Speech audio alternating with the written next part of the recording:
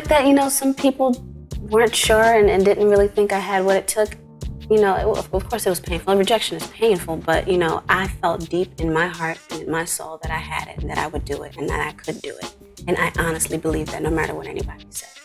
And I continued. I said, fine, you don't want me, somebody else will. And I will prove it. I will get out there and I will be a star. And I really meant it. And you have to have that frame of mind. You have to have that kind of confidence to make it in this industry or you won't make it. So I did it. And I'm very proud of the fact that I did.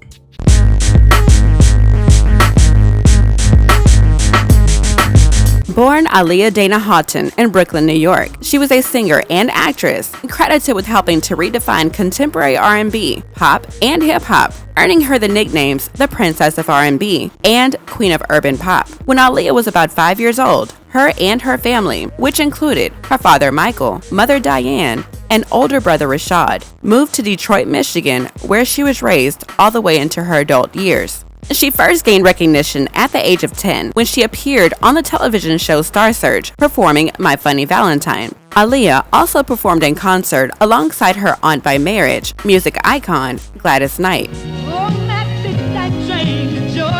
At the age of 12 years old, Aaliyah signed with Jive Records and her uncle Barry Hankerson's record label, Blackground Records. As the story has been told by numerous sources, Barry Hankerson introduced Aaliyah to R. Kelly, who became her mentor, as well as lead songwriter and producer of her debut album, Age Ain't Nothing But a Number, which was released in 1994.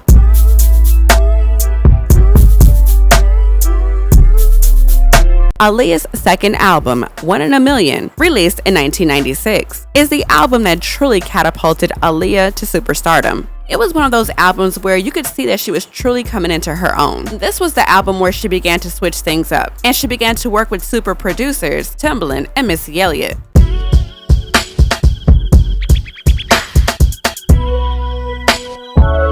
Now that album sold 3 million copies in the United States and more than 8 million copies worldwide. It featured singles such as If Your Girl Only Knew, One in a Million, Hot Like Fire, and 4-Page Letter.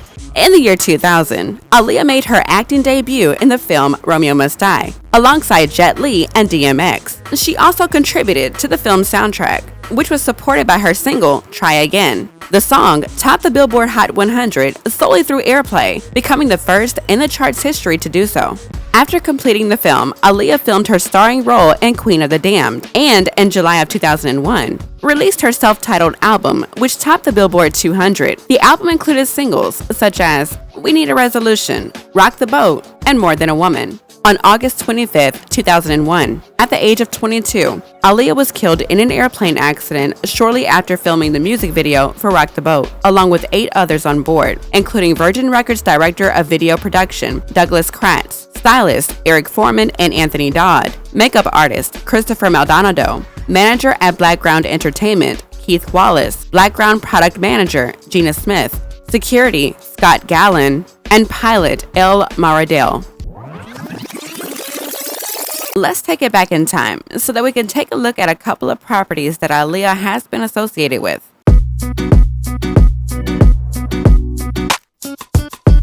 Back in 1985, when Aaliyah's parents moved the family to Detroit, Michigan, they purchased this 2-story home in a historic community. And this is where Aaliyah would call home all the way into her adult years. It's reported to have 4 bedrooms and 2 full bathrooms. The home was originally built in 1937, and when it comes to square footage, it's recorded at about 2,600. Now, the older listing photos are from when the property was originally put on the open market back in 2016. According to public records, the property did change hands years prior to the home actually being put on the market. And there was one transaction in particular that stood out, dated December of 2002. I'm just going to put it on the screen, and this is not to insinuate anything, but I digress. The home was last sold in March of 2018 for $299,000. Taking a look at the 2018 listing photos, you'll see where they tried to preserve some of the original character of the home, even after renovations. Fast forward to May of 1999. Aaliyah purchased this 2-bedroom Manhattan Condo at the Century, a landmark condominium built in the 1930s. Sources show that Aaliyah paid $611,000 for the 1,474 square foot unit. It has both a full bathroom and a half bathroom. In May of 2010, Aaliyah's mother sold the unit for $1,350,000. Now that you've checked out Aaliyah's childhood home in Detroit, Michigan, and also her Manhattan condo, drop a comment down below. Let us know your thoughts. If you enjoyed this video, be sure to give it a thumbs up. And if you'd like to see more videos about celebrity real estate and luxury homes, subscribe to the channel. See you next time, and thanks for watching Space.